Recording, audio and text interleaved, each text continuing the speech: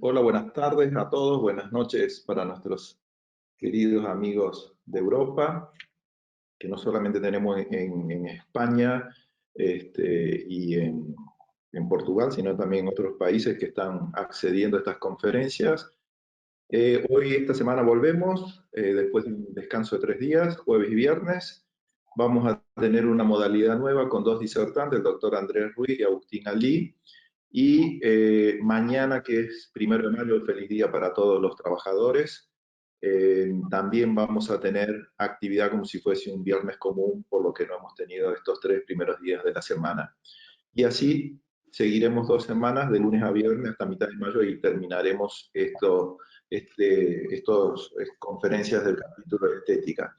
Voy a dar la palabra a nuestro presidente, el doctor Alejandro Duarte, para que les dé la bienvenida a todos. Alejandro, por favor. Javier, pues muy buenas tardes, Europa, América. Es un placer estar otra vez conectados, escuchándonos en nuestros conocimientos, en nuestros sentimientos, en esta época tan difícil y tan extraña que estamos viviendo. Gracias a la tecnología podemos estar viéndonos en el momento presente y actual, lo cual es un verdadero milagro. Si uno de nuestros abuelos viniera a este tiempo, se sorprendería de ver lo que hemos logrado y lo que hemos alcanzado. Bueno, Javier, pues por lo mismo siempre has tenido unos invitados de muy buena calidad y te doy la bienvenida a André y Angusti, ¿verdad? De parte de toda la federación. Le damos la bienvenida igual a toda la gente que nos están escuchando. Yo sé que de los 22 países de la federación hay gente representativa, lo cual nos da mucho gusto y les agradecemos infinitamente a ustedes, doctores, que vayan a compartir con nosotros esta tarde sus conocimientos. Adelante, Javier, adelante. Bueno, muchísimas gracias, presidente.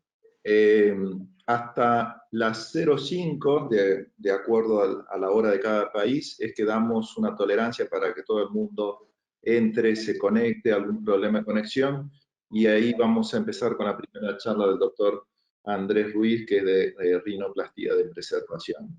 Bienvenidos a todos, gracias por conectarse, y la idea es que, bueno, vamos a cambiar esta modalidad para hacerlo un poco más dinámico, con dos disertantes del mismo tema, quizás con enfoques iguales o diferentes, pero la idea es de poder después debatir y cada uno saque sus conclusiones. Las preguntas, como siempre, van a estar por escrito, nos la va a ir pasando Axel, y yo las voy a ir viendo acá, porque hay dos plataformas para que tengamos el cupo hasta las 1000 personas. Y bueno, agradecerles a todos por la amabilidad de conectarse, de actualizarnos, que hoy nos dan. Hoy hay una cantidad de webinars, de charlas, que me parece excelente para que uno pueda ir eligiendo, puede ir viendo, a veces las graban, las pasan. Para todos aquellos que quieran ver las charlas anteriores, tienen que entrar, unirse a un grupo de Facebook de la FILAB, y la FILAB los tiene que aceptar porque tienen que ser miembros de su sociedad nacional y por ende directamente son miembros de la federación. Andrés, acá en Argentina 18:04, así que te paso que compartas tu pantalla, así ya a las 15 puedes empezar en horario. Muchas gracias.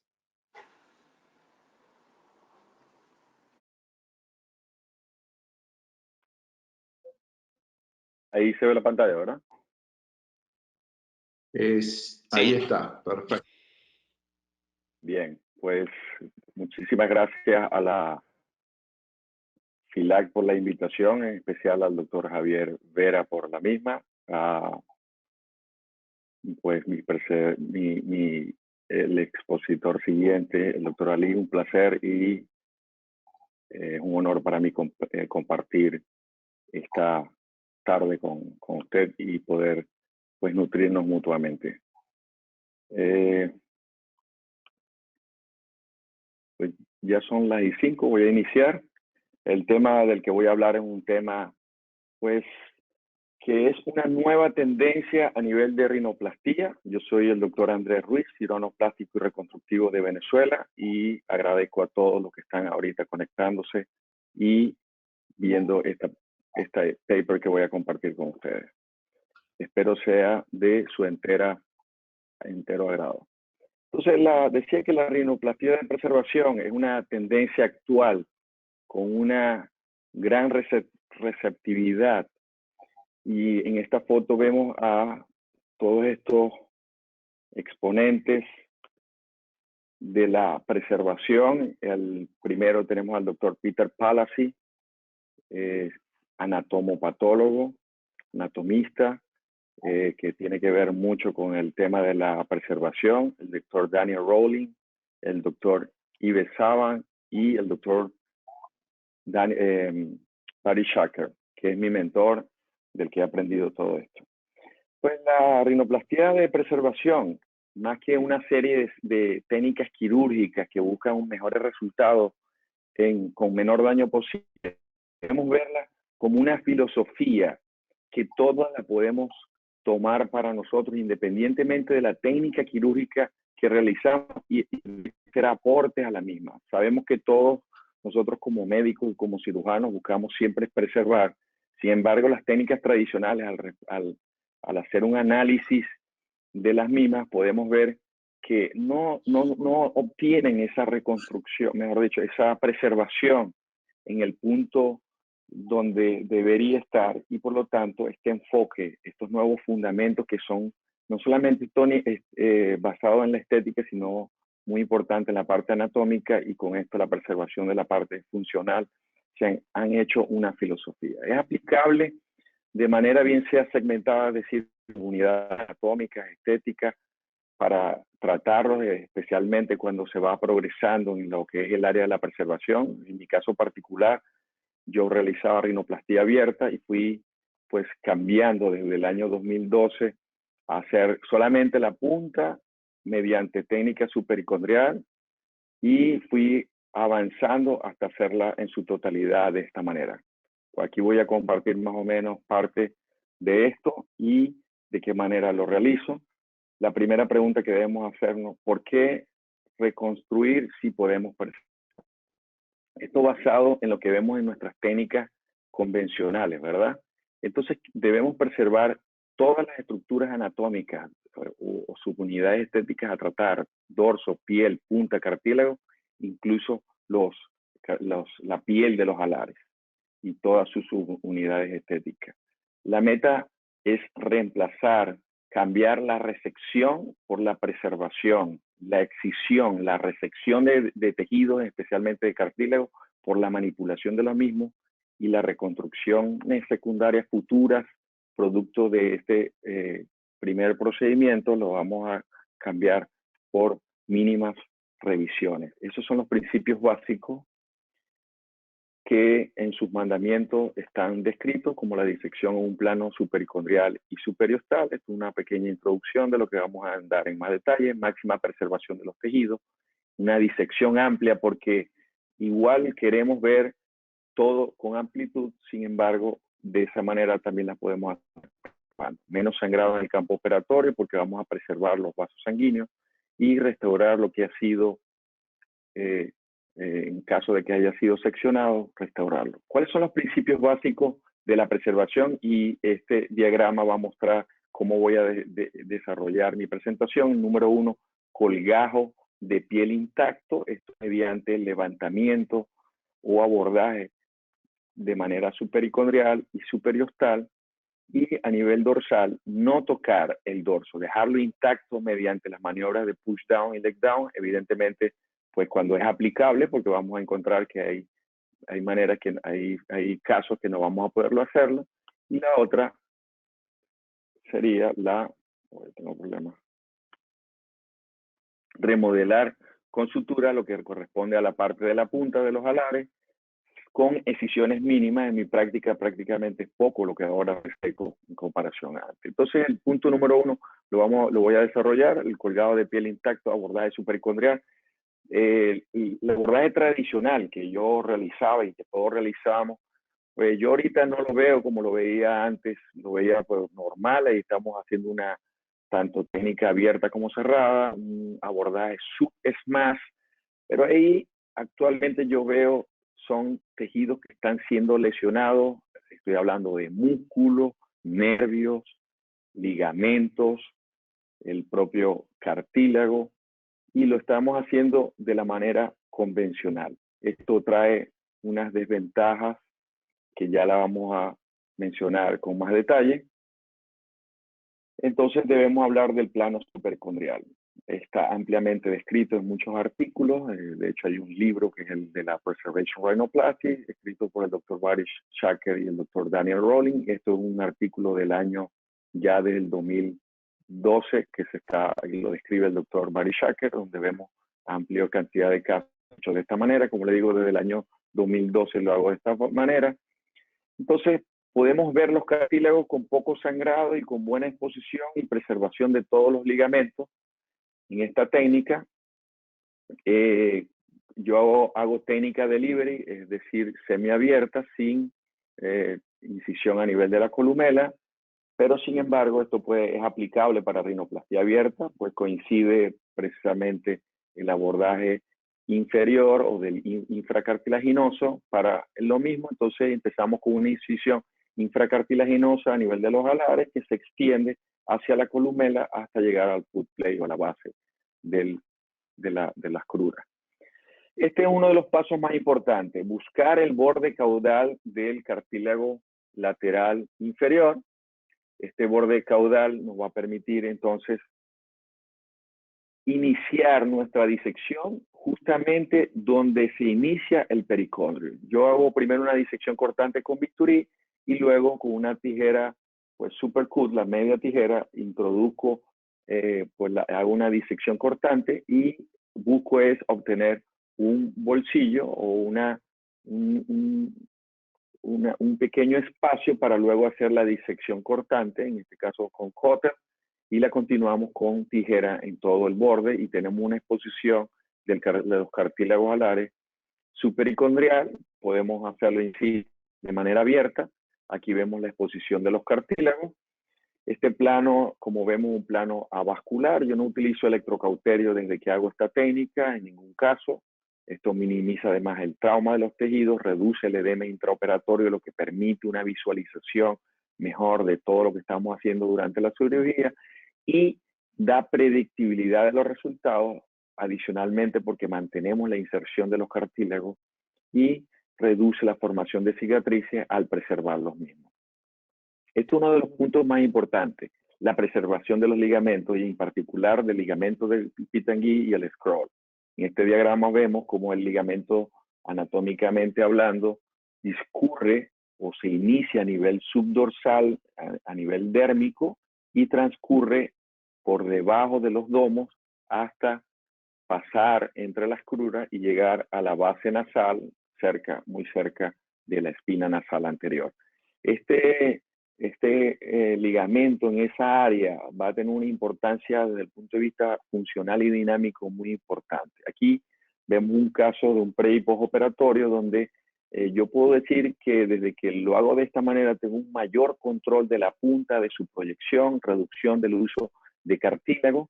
En ese caso no hubo utilización de cartílago y que esta estructura, cuando yo hacía abierta, sabía que existía, pero cuando hacemos abierta a nivel subesmas, la cortamos y nunca la vemos. Por cierto, si lo hacemos abierto, esto lo tenemos que señalar con azul de metileno mientras hacemos la disección supericondrial o colocar una sutura para marcarlo.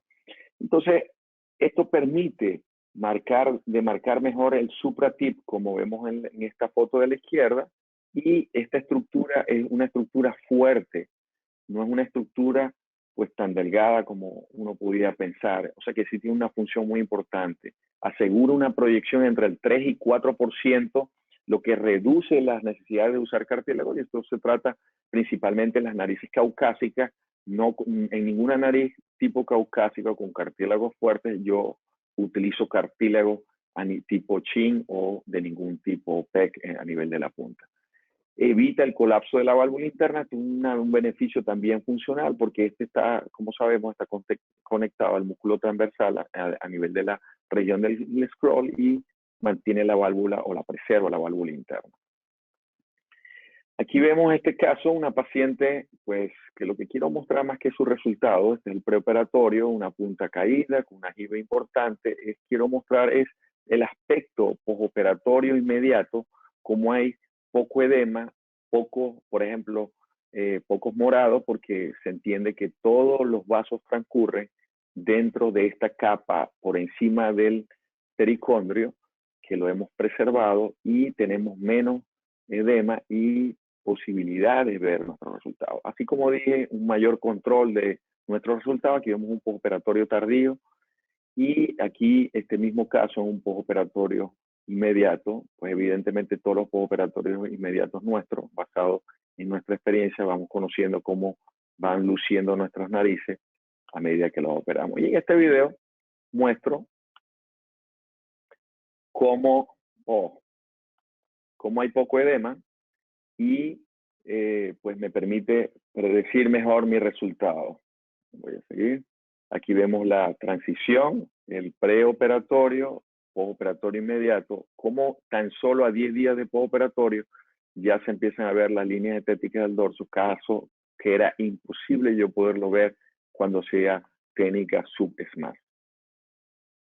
Pre- y postoperatorio de 18 meses, el mismo caso, podemos ver de manera pues importante cómo ha habido una mejoría pues bastante estética, con preservación desde el punto de vista de todas las estructuras, líneas estéticas del dorso, posicionamiento de la punta, rotación, manteniéndose la proyección. Insisto, en este caso no se utilizó injerto a nivel de la punta, solamente un estruco lumelar y los resultados saltan a la vista. Aquí podemos ver el postoperatorio, donde la paciente tiene una dinámica nasal perfecta, ya que esto también lo llamamos rinoplastia dinámica por preservación del ligamento de Pitangui. Evitamos las rigideces de nariz que podemos ver principalmente cuando utilizamos extensores septales. Aquí se reduce la necesidad de lo mismo. Digo, extensores septales que están unidos a las cruras, esto pues no es totalmente innecesario y pues se me hace que no le es agradable al paciente. Otros casos de postoperatorios inmediatos a los 10 días, donde el resultado es bastante agradable.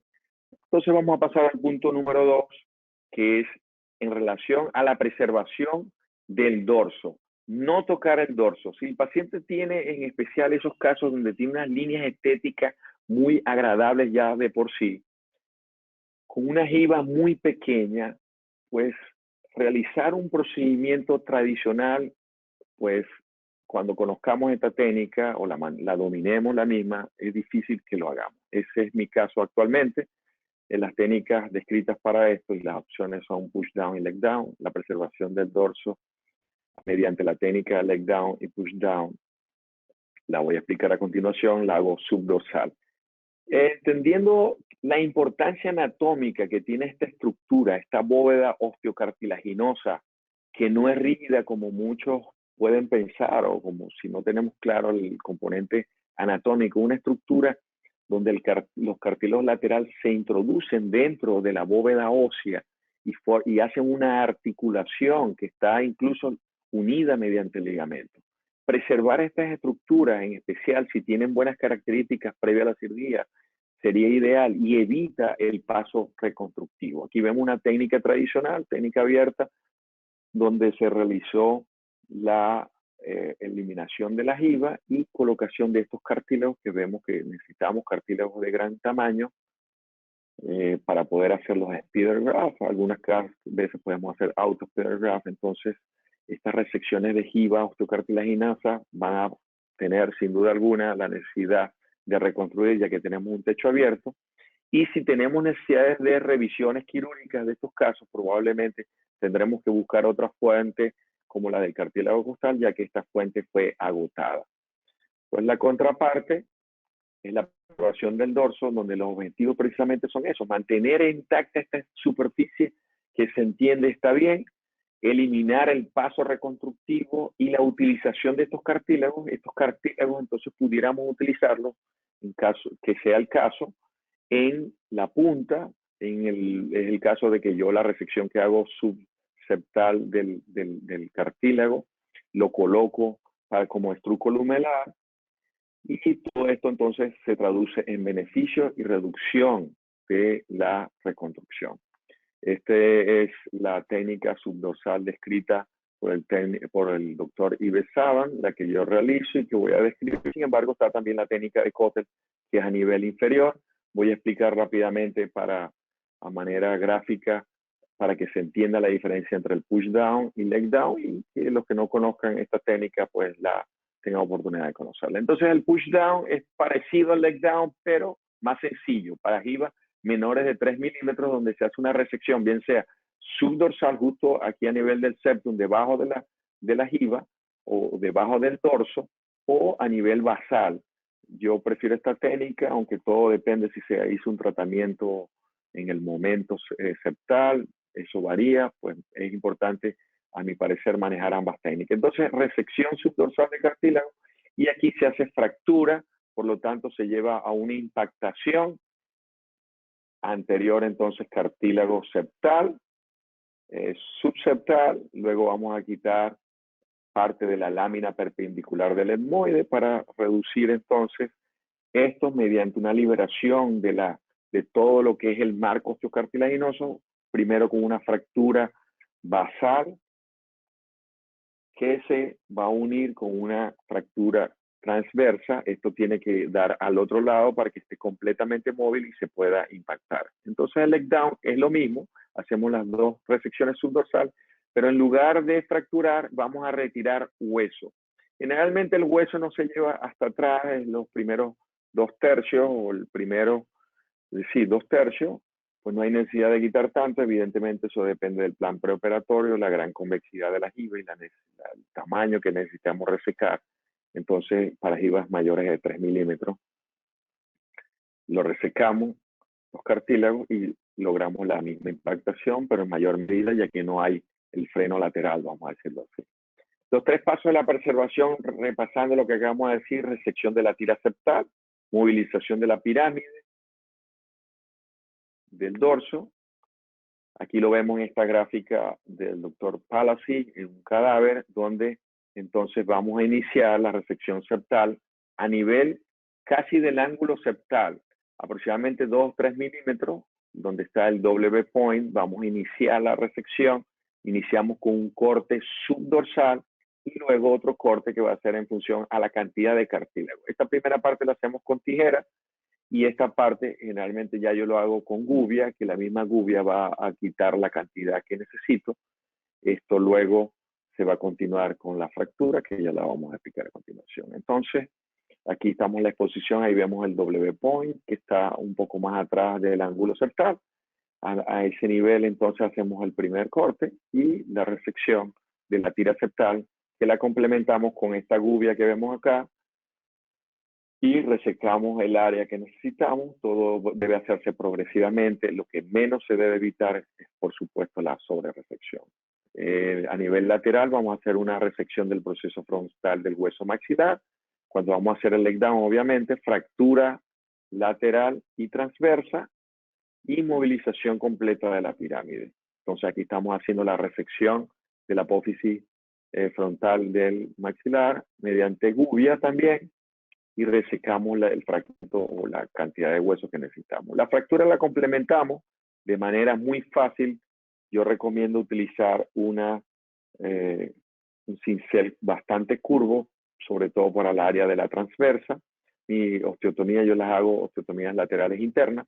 Aquí vemos cómo se hace la fractura y cómo se debe unir al otro lado. Es importante entender de que sí debe unirse al otro lado de la fractura, porque esto tiene que estar completamente móvil. Hay mucho temor a la inestabilidad, pero cuando hacemos fracturas limpias con un buen control, a medida que vamos desarrollando la técnica, vamos a tener mayor, digamos, menos temor y más control de la misma.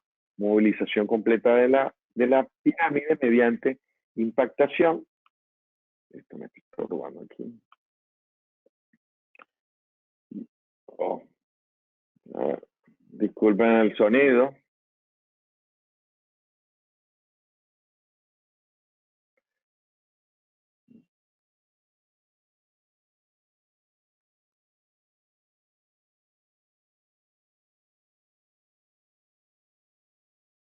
Oh, el sonido no sabía que estaba sonando. Pues aquí vemos algunos casos, un postoperatorio de 13 meses de evolución, donde se ha hecho la técnica de push down, donde vemos unas líneas estéticas, pues que parece que en el postoperatorio se denotan aún mejor. Evidentemente se hizo tratamiento de la punta mediante la misma técnica, pero mire cómo es una jiba muy pequeña y la técnica permite esta resección sin tocar el dorso, evidentemente de una manera más sencilla, de una manera sin necesidad de reconstruir. Y los resultados, incluso aquí había una asimetría donde se hizo mayor resección del lado izquierdo que el derecho, y vemos una corrección incluso de esta pequeña desviación. Aquí vemos la basal y la dinámica nasal, aprovechando para hablar de lo que tiene que ver con el ligamento Pitangui, cómo se domina el posicionamiento. Más sobre esta técnica y cómo vemos un dorso donde se hizo una reducción pequeña con preservación del mismo y los resultados pues bastante pues, evidentes y naturales y aceptables. El push down reduce, el leg down y push down reduce las complicaciones evidentemente porque pues, estamos preservando el dorso, simplifica el tratamiento de la jiba, lo que también se traduce en una reducción del tiempo quirúrgico. Además, la recuperación del paciente es mucho más rápida. La posibilidad de reducir irregularidades y mantener, sobre todo cuando el paciente tiene buenas líneas estéticas del dorso, son en la pues, preferencia de esta técnica cuando tiene indicación. ¿Cuándo no funciona? ¿Cuándo no se debe hacer? Evidentemente cuando ya se ha tratado de manera tradicional o se ha pues modificado la estructura anatómica normal, evidentemente ya no tiene cabida. Sin embargo, yo digo que la preservación del dorso todavía podemos ir manteniéndola, digamos, ese concepto, esa filosofía, haciéndolo todo de la manera más anatómica. De esa manera nosotros vamos a lograr resultados más estéticos y más funcionales. El exceso de la convexidad, si son jibas superiores, eso creo que a medida que el cirujano va obteniendo experiencia, porque algunos de los autores han descrito que hasta jibas de 8 milímetros, cosa que yo dificulto, pues la realiza mediante esta técnica, pero todo depende del plan preoperatorio, de nuestra capacidad y destreza con la técnica, pero si una excesiva convexidad no recomiendo que se realice. Las irregularidades de las líneas estéticas, si ya están previamente con mucha simetría, pues ya esta técnica no es factible de realizarla.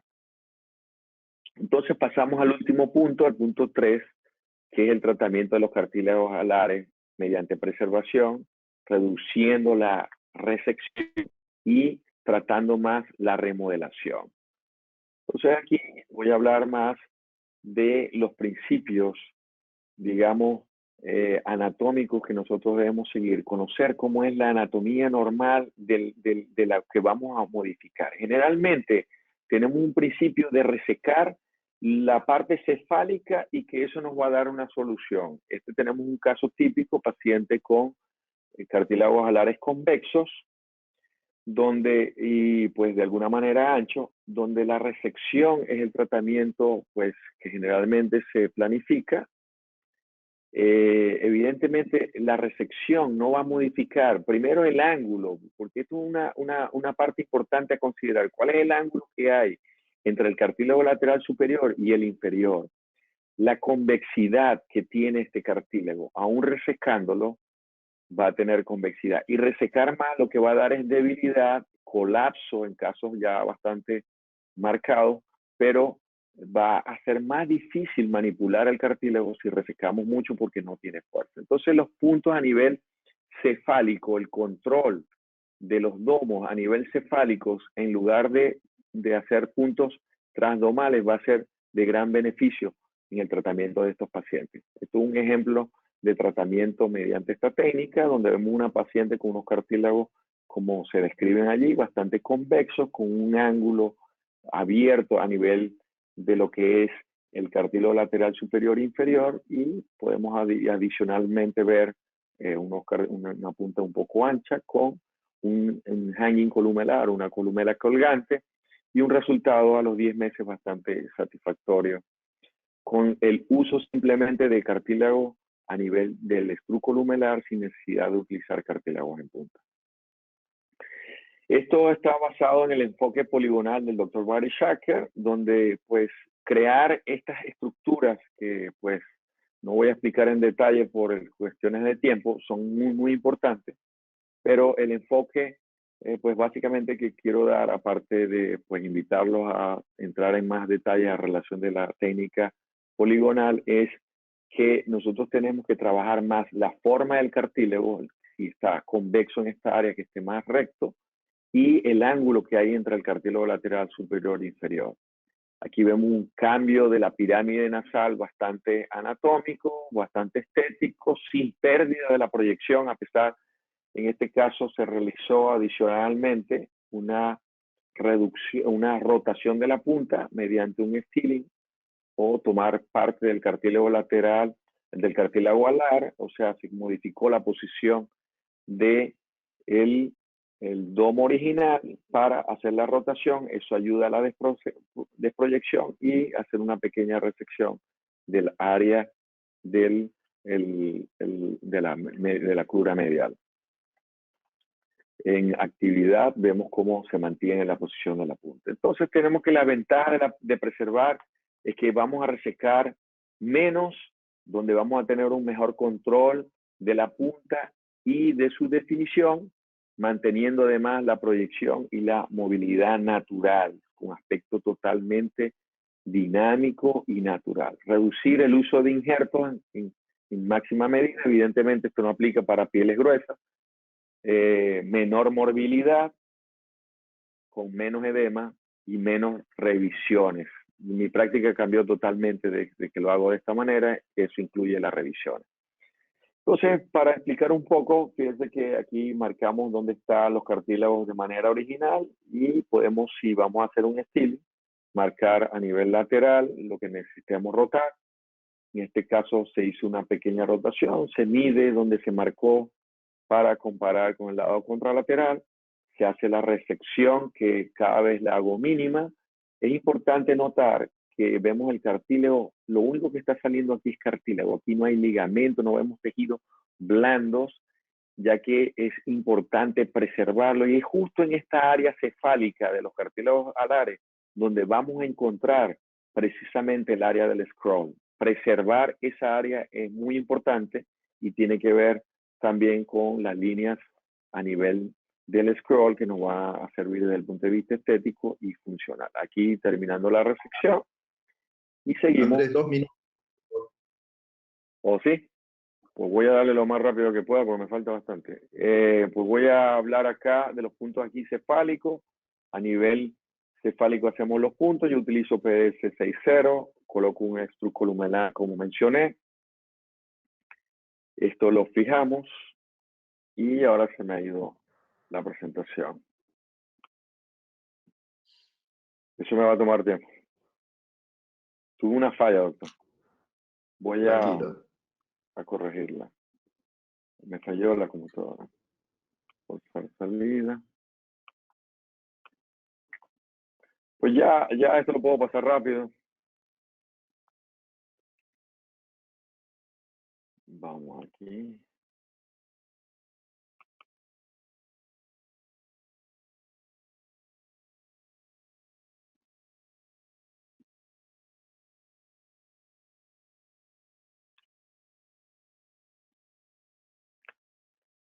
Ya voy por el tercer punto, por el tercer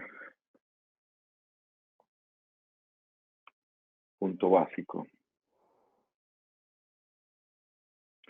Aquí vemos el estruco lumelar, vista lateral del mismo, vista lateral. Los puntos interdomales los hacemos puntos en 8, donde entra el punto a nivel interno de del domo y sale a nivel cefálico y se repite lo mismo en el contralateral y se une en el vértice. Es importante esto para no unir los cartílagos a nivel caudal, donde haríamos una modificación anatómica si hacemos eso. Precisamente, parte de utilizar este estruco lumelar es no permitir que haya una unión de ambos cartílagos y la manera que se unen los mismos también. Aquí vemos cómo el resultado final y cómo en el bolsillo podemos ver la ubicación de nuestra punta. Y a veces, como hicimos rotación, tenemos necesidad de cortar ligeramente el cartílago de Pitangui para permitir la rotación y vemos cómo se posicionan nuestros resultados de manera importante. Aquí vemos un postoperatorio inmediato donde vemos el control que podemos tener de la punta, como mantenimiento y la utilización de estos puntos mantiene el supratí y lo define de manera muy bien, no como deformidad, sino como parte anatómica natural. Rotación importante de la punta con mantenimiento de la proyección sin necesidad de uso de cartílago. Ya para terminar voy a mostrar algunos casos clínicos donde se ha hecho toda la técnica tanto de dorso como punta, resultados bastante estéticos, vemos una jiba bastante pequeña y que incluye la parte anterior, o sea, raspar acá no sería suficiente porque vamos a tener a un jiba anterior y la única manera sería haciéndolo técnica tradicional. Push down evita lesionar estas líneas estéticas y mire qué importante fue la reducción. Esto es un último caso. Las desventajas, hay que mencionarlas, la curva de aprendizaje, que como cualquier otro procedimiento nuevo, pues los casos seleccionados debemos saber que tiene limitaciones, que no todos los casos podemos hacerlo. Y uno de los casos más complejos y que más frecuentemente podemos ver en nuestra curva de aprendizaje es la jiba residual. Por lo tanto, pues yo les invito a que empecemos con jibas más pequeñas y a medida que vamos tomando pues confianza de la misma, modificamos. Disección, las conclusiones, disección en un plano supericondrial y periostal completo va a minimizar sin duda alguna la morbilidad, el edema y la deformidad en especial tipo polybic, manteniendo la estructura superficial intacta de lo que es la zona K y toda su repercusión funcional, va a reducir la necesidad de reconstrucción tanto en el momento de la cirugía como evitar de manera secundaria el utilizar cartílago costal, ya que ese recurso podemos utilizar, es utilizado antes cuando se hacen las técnicas convencionales. La rinoplastía está evolucionando y esta sin duda va de la mano de la preservación tanto estructural como anatómica, mejorando los resultados y reduciendo la morbilidad. Debemos cambiar fundamentalmente la forma en que realizamos la rinoplastía, que conduce a la próxima revolución, a mi modo de ver también, que es la rinoplastía de preservación. Muchas gracias por la atención. Muchas gracias, Andrés. Después vamos a generar los comentarios y las preguntas. Ahora vamos a pasar al segundo expositor, el doctor Agustín Ali. Agustín, ¿puedes compartir tu pantalla, por favor? Axel, ¿nos ayudas? Bien.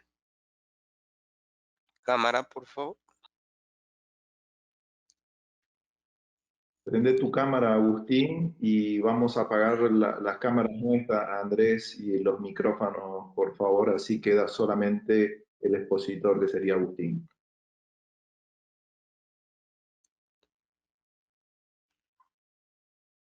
Bien.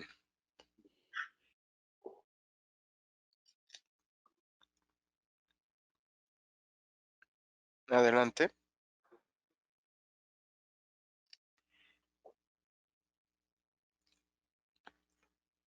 Sí, escucha, doctor Agustín.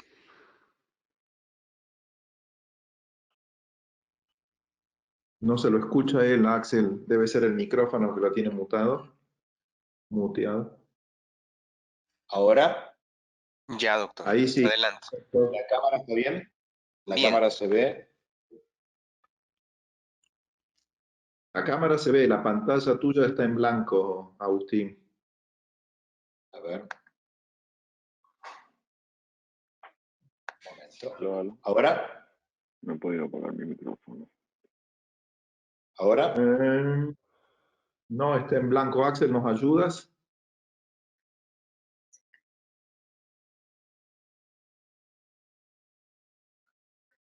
No estamos viendo, está en blanco la pantalla, Agustín.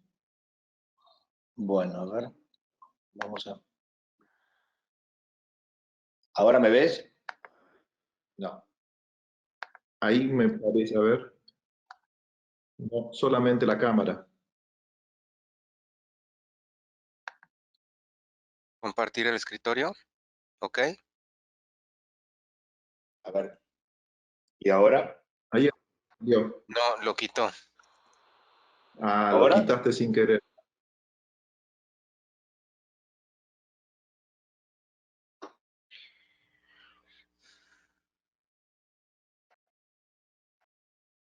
Bueno, lo voy a volver a quitar y le voy a pedir que ya que acepten no lo vaya a quitar. Ahí, ¿puede aceptarlo? Bien, ahora pantalla completa. Perfecto. Ahí ¿Ahí está me todo ven? bien. Adelante. Perfecto. Ahí es tuyo, Agustín. Bueno, adelante. Esperemos a ver que salga todo perfecto. Tengo que saludar al doctor Javier, al doctor Durán, doctor Ruiz. Y lo que voy a hablar es una nueva técnica que nosotros utilizamos para el diagnóstico de la rinoplastía. Quiero contarles que todo lo que voy a hablar se basa en investigaciones anátomo-quirúrgicas del doctor Giacomotti, maestro y amigo mío, que formamos un equipo junto con el fallecido doctor De Santis, el doctor Piqué, el doctor Basaro, y que a lo largo de los años fuimos incorporando conceptos y charlando estos conceptos que yo les voy a contar ahora. Y bueno, espero que les sea útil la charla que les voy a dar. Como le decía, el doctor Giacomotti ha dedicado toda su vida al estudio de la anatomía de la pirámide nasal. Estos son trabajos que ha presentado él en la Federación, tiene un museo en la Universidad de Buenos Aires, que aquellos que pueden visitar Buenos Aires, yo creo que es algo muy importante si lo pueden visitar, y realmente es de mucho valor. Estos trabajos fueron publicados en la revista de la Federación ya hace unos años, así que aquel que quiera profundizar en el tema también puede acceder a la publicación. Vamos a comenzar diciendo que la nariz es un órgano complejo de la anatomía humana y tenemos que saber que como elemento único y central de la cara cumple un punto muy importante en la atención de aquellas personas que va a ver una cara de un paciente. Cuando estas alteraciones o este elemento está alterado en la estructura, se observa algo que es muy estigmatizante. Siempre nos vamos a acordar de un paciente que tiene una nariz fea o que le quedó mal, y no tanto la gente se va a acordar de aquellas personas que tienen una nariz perfecta. Con lo cual es importante hacer un buen diagnóstico, hacer una buena evaluación, hacer una buena técnica para que no tengamos estigmas de cirugías. Como todos sabemos, en la nariz confluyen estructuras tanto estáticas como dinámicas, hueso, cartílago, músculo, mucosa, piel. Los coloqué así no por un tema de importancia, sino que tenemos que saber que todos estos elementos tienen un papel fundamental. Una retracción de la mucosa nos va a dejar un estigma, una resección exagerada del cartílago nos va a producir también estigma de cirugía o malos resultados.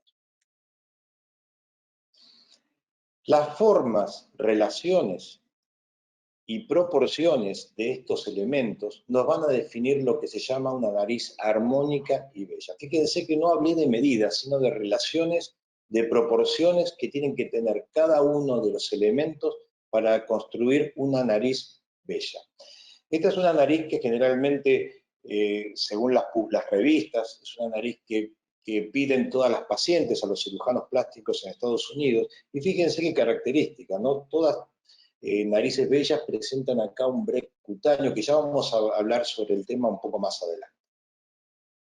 Entonces, el objetivo que yo hoy quiero mostrarles es, primero, presentar un algoritmo que nosotros tenemos cada vez que vamos a operar una nariz. Lo primero que hacemos es definir los elementos, las formas y relaciones y proporciones de una nariz que nosotros llamamos nariz prototipo o una nariz ideal o bella.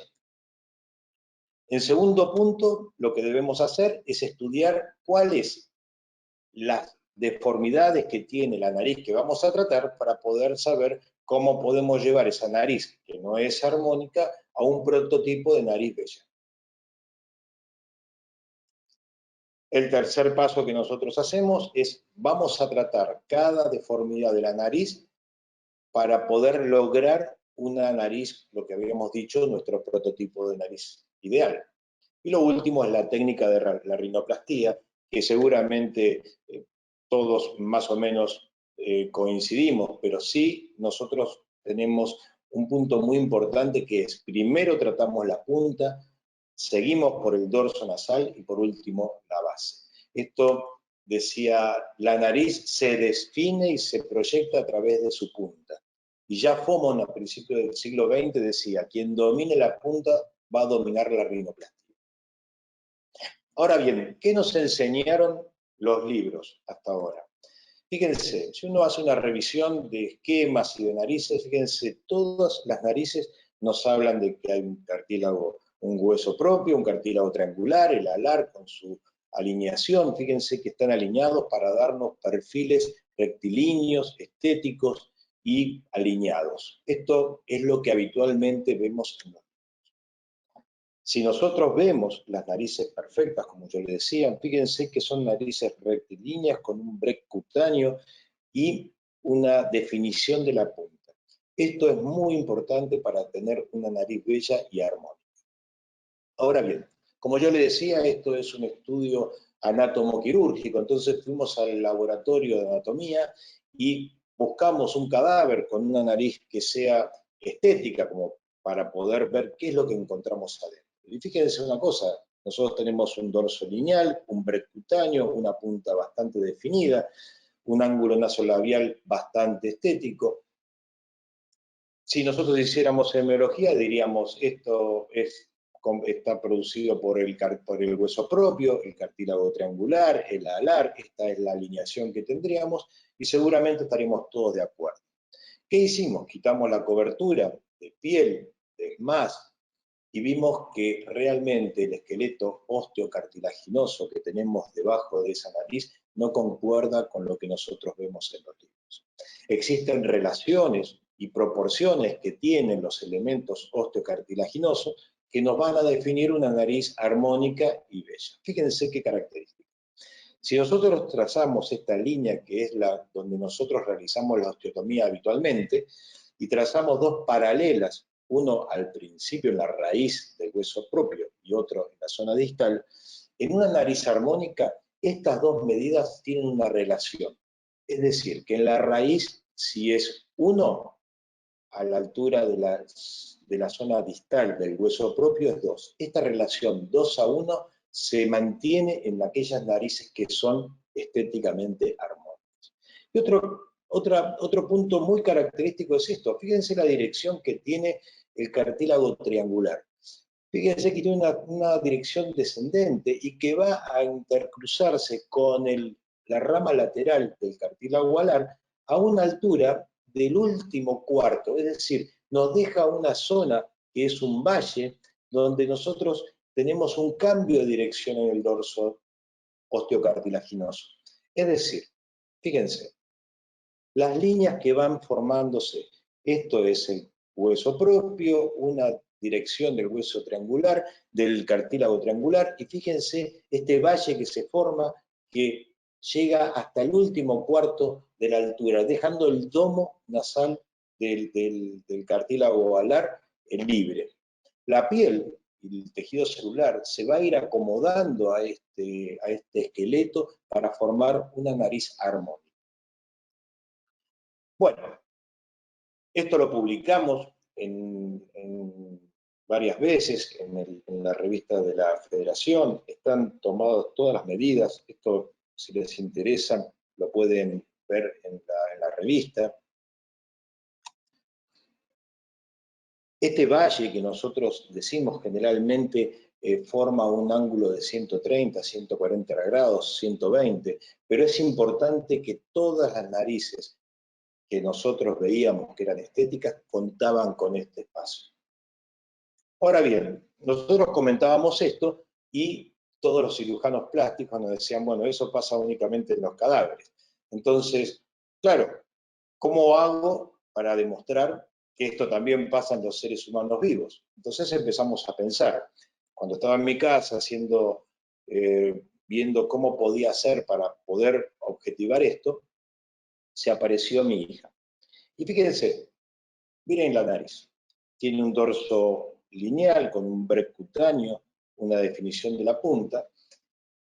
Y dije, bueno, hago una rinoplastia abierta, le saco fotos y puedo corroborar esto que estoy viendo. La realidad es que la madre no me dejó, así que bueno, cuando vi a la madre me di cuenta también que mi mujer también tenía una buena nariz, con un break cutáneo, un dorso lineal, una punta bien definida, y se lo propuse a ella, tampoco me dejó. Es decir, que cambié el plan y me fui directamente al tomógrafo, y es ahí donde apareció la técnica de tomografía computada del macizo facial, que le pusimos técnica de AGIVA porque es el equipo que formamos, el doctor Giacomotti, el doctor Basaro. Y fíjense qué interesante lo que encontramos. Esto lo publicamos también en la Federación, creo que hace un par de meses salió, así que el que quiere la parte técnica de los filtros que utilizamos y cómo producimos estas imágenes, lo puede ver en la publicación también.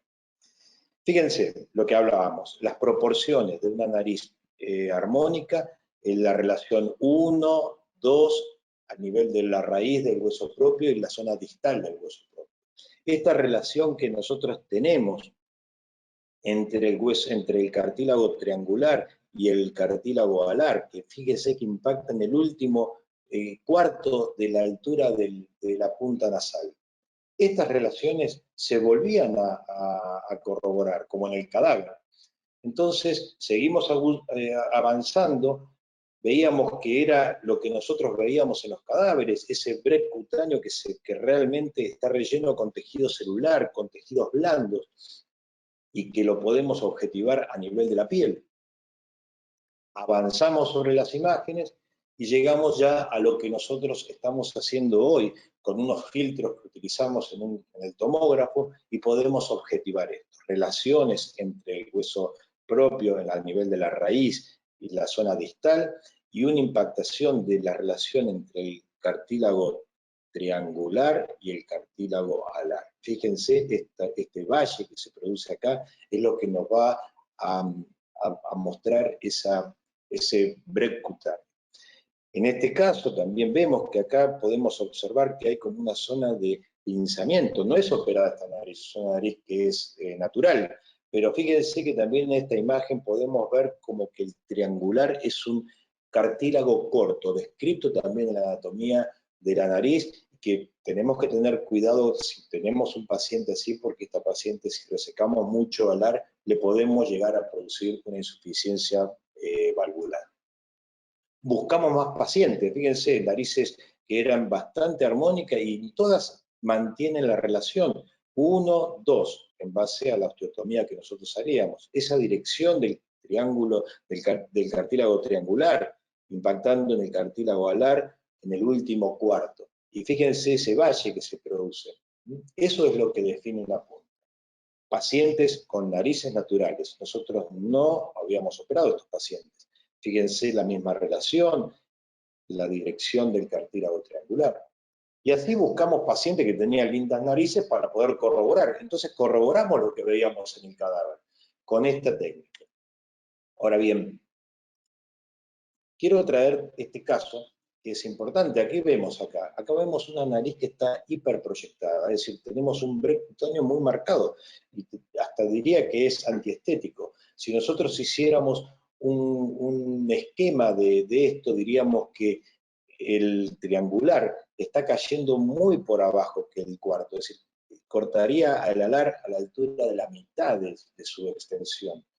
Si le hacemos esta imagen, este es otro filtro que utilizábamos antes, pero fíjense qué es lo que decimos, el triangular ya no llega a esta altura, sino que llega a la mitad, con lo cual hiperproyecta la punta. Si tuviéramos que tratar esta paciente, trataríamos con un injerto pequeño en esta zona. Ya lo vamos a hablar más adelante. Ya hablamos de lo que es normal, de lo que es bello, de lo que es armónico. Bueno, vamos a hablar ahora de lo que son las deformidades, y este estudio nos permite poder clasificarlas.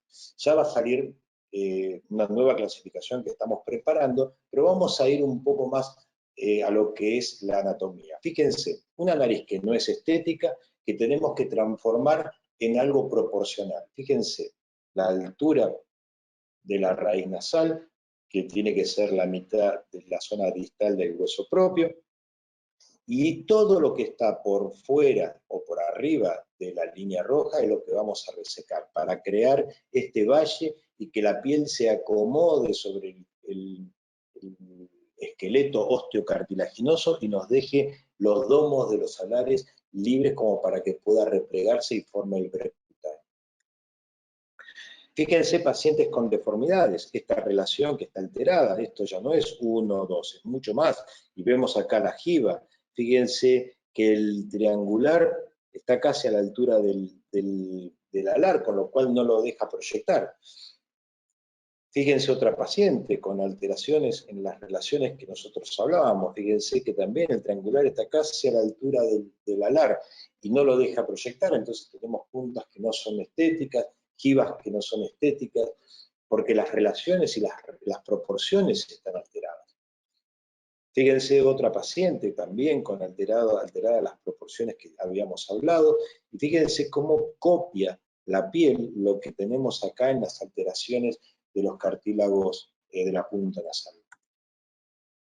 Fíjense, esta sería una relación más o menos normal, fíjense todo lo que sobra. Fíjense esta paciente también, todos pacientes que presentan alteraciones en las proporciones. Pero fíjense qué notorio esto. Tenemos un break cutáneo que es bastante aceptable en esta paciente, con lo cual no tendremos que sacar muchísimo de la parte alar ni de la parte triangular. Esta paciente principalmente es a expensas de una resección ósea para obtener un buen resultado. Sigamos con pacientes. Estas son todas deformaciones de la pirámide nasal y que vemos que las proporciones que nosotros observábamos no están marcadas. Entonces, esto es lo que hay que tratar. Fíjense, este es un elemento que nosotros tenemos en el taller de anatomía, que es parecida a la nariz de esta paciente. Si nosotros tallamos y marcamos la línea de osteotomía y marcamos las proporciones de esta paciente, diríamos que la línea de resección de la jiba ósea y la línea de resección del cartílago triangular sería esta, dejando libre la parte de los alares, del domo de los alares, para que pueda producirse ese percutáneo y esa definición de la punta. Esta paciente que la había mostrado antes, fíjense, mala relación entre la raíz del hueso propio y la zona distal del hueso propio. Si nosotros tuviéramos que hacer la resección, diríamos que resecaríamos esta parte del hueso, y fíjense qué poquito tendríamos que sacar del alar para formar este break cutáneo. Bueno, luego de la cirugía tenemos un resultado bastante aceptable, un buen resultado con una buena definición de la punta nasal. Otra paciente, también alterada las proporciones del hueso y de los cartílagos, hacemos las proporciones como las teníamos planificado y tenemos un resultado bastante aceptable. Este paciente, que es un paciente que tenía una nariz fisurada, con alteraciones en los alares, fíjense que de un lado es más alto que del otro, colocamos un pequeño injerto acá, tomamos las proporciones que teníamos que tomar y obtenemos un resultado bastante aceptable también. Paciente con una nariz bastante difícil, porque realmente si uno la ve así no es una paciente que tenga una nariz muy desagradable. Le trazamos las proporciones como estamos acostumbrados, qué es lo que vamos a realizar, hacemos las resecciones y obtenemos un resultado bastante aceptable también.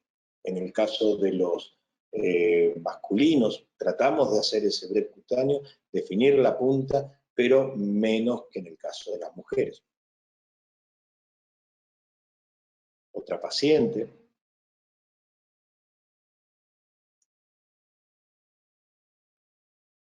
cómo podemos acomodar esa piel a ese break cutáneo.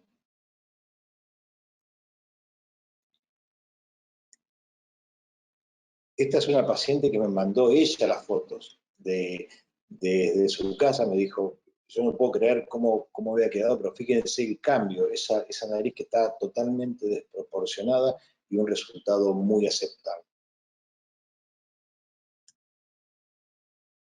Paciente masculino.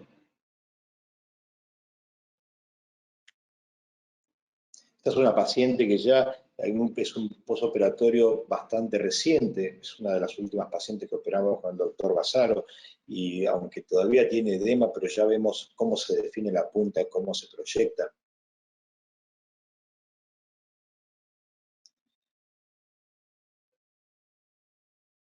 Agustín, tenés 5 minutos, por favor. Ya termino. Pacientes con mala piel, fíjense que aunque tengamos mala piel, si hacemos unas buenas resecciones y tomamos las proporciones que debemos tomar, podemos tener un resultado bastante aceptable. Fíjense una paciente que tiene una hiperproyección de la punta. Esto es lo que nosotros podríamos esquematizar.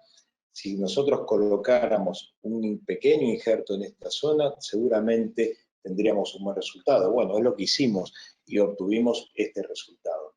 Fíjense, otra paciente que es una rinosecundaria, donde nosotros podemos observar que hubo una mayor resección de esta punta con un pequeño injerto y un camuflaje en la zona de la punta, pudimos encontrar un buen resultado postoperatorio. Otras pacientes. Como conclusión, lo primero que tenemos que saber es qué es lo ideal para poder tener un tratamiento efectivo. Y esta frase me la dijo un maestro mío: no se puede corregir ni mejorar lo que no sabemos cuando no sabemos lo que está mal. Por eso la técnica de AJIVA nos permite poder evaluar ese paciente con todos los elementos osteocartilaginosos antes de operar al paciente. Y ahí es más poder hacer un plan que sea lo más conveniente. Gracias.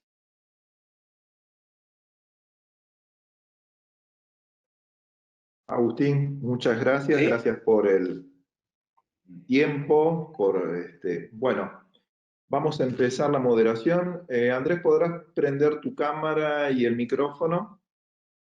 Seguro. Tenemos que entregar la plataforma a las 19:20 porque la plataforma tiene que ser usada para otra reunión dentro de la FILAP, así que vamos a hacer bastante rápido. Bueno, Agustín, hasta que se conecte Andrés la cámara y el micrófono, la verdad que muy interesante la técnica. Ese museo del doctor Giacomotti, ¿en dónde está en Buenos Aires? Porque yo no lo conocía, no tenía idea. Si nos podés contar un poquito, así lo podemos disfrutar los que vivimos acá en Argentina. Bueno, está en la cátedra tercera de anatomía en la Universidad de Buenos Aires. Él tiene, en esa cátedra tiene un museo que él dirige y que realmente hay preparados, y imagínate que son 50 años de disector, así que pueden encontrar de todo. Y en especial, bueno, aquel cirujano plástico lo que más ve es la anatomía nasal y de mamas. Él tiene trabajos publicados y preparados de todo ese tipo de anatomía, ¿no? Bien. Cátedra 3 de anatomía de la UBA. Perfecto. Pregunta para ambos. Lo que sí les voy a pedir que sean concisos en las respuestas porque tenemos 15 minutos y le tenemos que dar la palabra a nuestro presidente para el cierre. Empezamos por Andrés, pero para ti también, Agustín. ¿Qué porcentaje de reoperación tienen con las técnicas que han presentado? El tiempo quirúrgico que les demanda una rinoplastia hoy y las recomendaciones para aquellos que queremos incursionar en una rinopreservación, en el caso de Andrés o en el caso de Agustín, la técnica que acabas de presentar. Sí, yo sé que hay que ir al cadáver, pero yo vivo en una ciudad que no hay universidad de medicina, no hay cadáveres. Entonces, esas tres: porcentaje de reoperaciones, tiempo quirúrgico y recomendaciones para aquellos que quieren empezar con lo que ustedes han presentado. Andrés. El porcentaje, el 6% de mis casos, pues entiendo de que este porcentaje puede ser mayor por temas demográficos de mi país, donde pues, muchos pacientes y crítica, que la tomé hace un par de años, no la he actualizado, pero fue un 6%. El tiempo quirúrgico es una desventaja, podríamos decir, de esta técnica, pues desventaja entre comillas, pero sí, pues es entre 3 horas y media cuando se hacen todas las subunidades estéticas. Y mi recomendación, pues para como toda cirugía, pues en especial la cirugía plástica de nariz, es una cirugía que debe hacerse progresivamente, debemos estar abiertos a todo tipo de técnica. Mi propuesta es una propuesta pues que evidentemente pues puede ser realizada en diferentes técnicas, pero lo importante es que nosotros dominemos una técnica y siempre, sobre todo para los residentes, los que están empezando, acompañado con alguien de más experiencia. Los que ya tienen experiencia en otras técnicas, evidentemente, pues sencillamente hasta viendo un par de cirugías ya pueden hacerlo. Pues mi recomendación para ellos es ir progresivamente, pues dominando la punta mediante esta técnica, dorso, y así ir adicionando a su práctica para pues tener mayor tasa de éxito. Muchas gracias. Agustín. Bueno, el porcentaje de reoperación, la realidad es que debe andar en también 5%, pero creo que el tema de la reoperación va por una mala planificación. Si nosotros planificamos las proporciones y las marcamos, si tengo que reoperar un paciente es porque evidentemente no manejé esas medidas o esas proporciones que lo hice previamente. Eso con respecto al porcentaje. Con respecto al tiempo de las recomendaciones, es siempre ir sobre lo seguro. Lo que tiene esta técnica de Agiva es que antes de entrar al quirófano, nosotros vamos a saber sobre qué vamos a actuar principalmente. ¿Cuál es el problema que tiene esa nariz? Si esa nariz tiene un problema más que nada de cartílagos, bueno, me voy a abocar ahí. Hay pacientes que tienen buenas proporciones a nivel óseo y tienen malas proporciones y relaciones a nivel cartilaginoso. Creo que ahí está el punto más importante. Y la otra, bueno, la tercera pregunta, no recuerdo cuál era. El tiempo quirúrgico. Nosotros habitualmente tardamos 1 hora, hora y cuarto en hacer una rinoplastia. Bien. Bueno, yo creo que una técnica de rinoplastia es de 1 a 2 horas. Obviamente que una rinopreservación lleva mucho más tiempo, como lo acaba de decir el doctor Andrés. Estamos hablando de una nariz que hay que hacer todos los detalles, sin dorso, punta, osteotomía. Y el problema que hoy estamos afrontando, no sé si en todos los países serán los mismos, pero que los anestesistas están queriendo cobrar por hora. No es mi caso, pero conozco colegas que le cobran por hora, entonces uno no puede, y el quirófano también. Entonces, todo esto, por eso a eso está apuntado las preguntas, pero a mí me parece, me encanta la rinopreservación, no tengo ningún tipo de experiencia, estoy estudiando, viendo, y me parece que en mi práctica yo tengo un 14% de reoperaciones y tengo muchas pacientes que el dorso les queda bien y después les vuelve a crecer una fibrosis. Más de una vez al tacto parece un pedazo de hueso que hubiese equivocado o que volvió a crecer, y cuando voy a hacer la reoperación abro y es fibrosis. Entonces la rinopreservación me parece excelente. Creo que demanda volver a capacitar, no es como volver a aprender la rinoplastia, es una técnica totalmente diferente, pero ya gente que hace rinoplastia estructurada, que demora 6 horas, el americano no me sale ahora el nombre, están haciendo de vez en cuando alguna rinopreservación. Así que muy, muy interesante. Me gustaría, Andrés, que recalques cuáles son aquellos casos en donde está contraindicada la rinopreservación, para que quede un poco más claro. Tú lo mostraste en una diapositiva, pero me gustaría hacer hincapié en eso, por favor.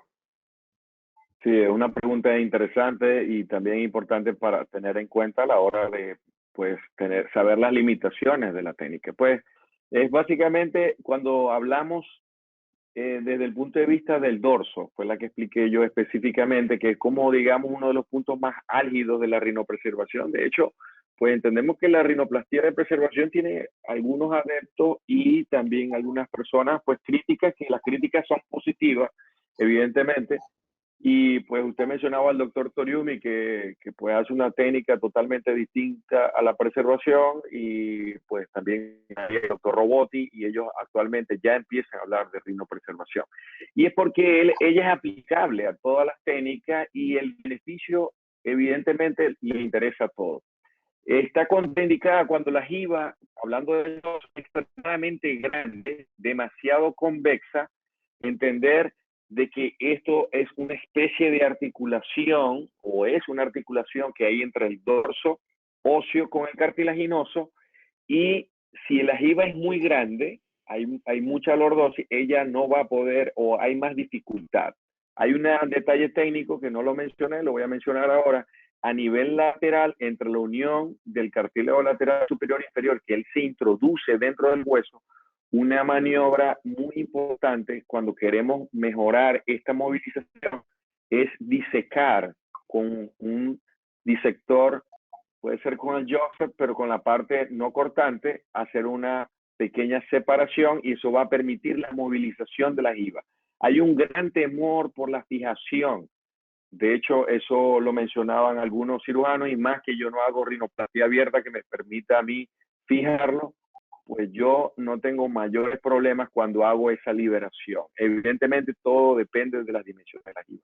Otro punto donde no es aplicable es que ya previamente es una rino secundaria, ya se realizó una apertura del techo, entonces, pues evidentemente no podemos aplicar la preservación. Y pues otro caso es que la jiba sea muy alta, por encima de los pues 6, 7, 8 milímetros, pues ya también depende de la experiencia del cirujano. Y que las líneas Bien. estéticas del dorso ya sean irregulares, tampoco puede realizarse. Bien, más cortitas las contestaciones. Sí. Agustín, ¿qué contraindicación básica tiene la técnica que presentaste o no la tiene? ¿Es 100% de la práctica tuya?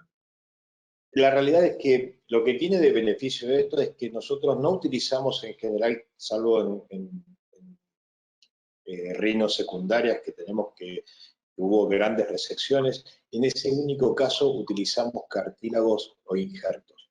El resto es siempre resecamos proporcionalmente a lo que nosotros queremos. Es decir, no, la realidad es que no es una técnica que nosotros, digamos, tiene contraindicaciones. Siempre cerrada la hacemos, salvo que tengamos rinos secundarios y tengamos que ir a camuflar o ir a injertar algo específico, pero si no, es una rinoplastía cerrada. Y bueno, y siempre manejamos los parámetros que yo les comenté al principio. Férula, ¿cuánto tiempo y taponaje? No usamos taponaje, salvo perdón. Sí, doctor Ruiz. ¿Por adelante? No, dale. Bueno, nosotros en general no usamos taponaje, salvo que operemos con el otorrino, porque va a ser una cirugía del tabique nasal, que él ya pone el taponaje. Si no, no utilizamos taponaje, sí usamos férula durante 7 días. Andrés. Láminas de silicón septal, pues en los casos donde hacemos pues reducción de dorso, evidentemente, la dejamos por 3 días. No usamos tapones como tal, digamos Merocel o estructuras más grandes, y la férula externa por 10 días. Perfecto. Si hay que colocar Sprader Graft, ¿cómo los colocan? Los Sprader Graft, en caso de hacer una reconstrucción de Joseph o una técnica de Joseph, yo utilizo, pues, evidentemente, las dos, preferiblemente cartílagos septales, y los uno con puntos continuos con PDS 6.0, y lo hago con mi técnica semiabierta, como pueden ver, con un abordaje intercartilaginoso. ¿Y tú, Agustín? Sí, en general cuando tengo que hacer injertos es porque son rinos secundarias y lo hacemos a cielo abierto, vía abierta, y creo que como lo colocan todos los cirujanos, no tenemos un protocolo de cómo colocarlo, pero sí siempre por vía abierta. Bueno, vamos a dar la palabra a nuestro presidente. Hay más preguntas, lo que pasa es que tenemos 15 minutos menos de lo habitual, pero yo les agradezco a los dos el tiempo, la predisposición, a toda la gente que del otro lado nos está escuchando, y el doctor Alejandro Duarte tiene la palabra, que es nuestro presidente, para hacer la despedida. Pues muchísimas gracias, Javier. Como siempre, un éxito estos seminarios. Me da mucho gusto que en este caso, tanto Venezuela como Argentina, con experiencias y profesores diferentes, muy buenos de cada uno de ellos, ¿verdad? Nos hayan expresado estos conceptos que son perlas, ¿verdad? Perlas. Son detallitos que no vienen en los libros muchas veces, sino que es la experiencia de cada uno que va fomentando. Muy importante el tiempo, te agradezco infinitamente porque tenemos una reunión muy importante. El tiempo fue muy importante que lo llevaras a cabo. Y pues quiero dar las gracias a toda la gente que se ha conectado todos los días. Mañana los esperamos igual a las 4 de la tarde. Nos dices tu tema de mañana, mi querido Javier. Y muy buenas tardes y muchísimas gracias, Agustín. Muchísimas gracias, Andrés. Muchísimas gracias a todos los que se han conectado. Ya averiguaré con Axel cuántos estuvieron conectados para pasarte el dato si puedo ahora mismo. Gracias. Muy buenas noches. Gracias, presidente. Casi 500, 400 y pico conectados. El tema de mañana es 1 de mayo, pero como el capítulo de estética esta semana tiene hoy viernes, mañana a la misma hora, en el mismo canal, Gluteoplástica, con 2 charlas desde México y desde Portugal. Estamos intentando que todos los países participen dentro de este menú de conferencia. Gracias a todos, gracias Agustín, gracias Andrés, y nos vemos mañana. Hasta luego. Bueno. Gracias.